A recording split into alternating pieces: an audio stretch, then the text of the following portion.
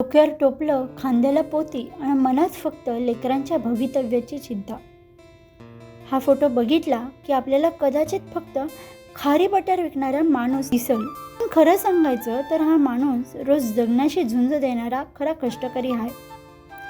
ऊन असो, वारा असो की पाऊस, हा माणूस रोज 10-15 किलोमीटर पायपीट करत गल्लीबोळात खारी, टोस्ट, बटर अशी हाक मारत फिरत असतो. कारण पोटाची खळगी भरायची असते, गावाकडे असलेल्या लेकरांना शिकवायचं असतं, संसाराचा गाढा ओढायचा असतो.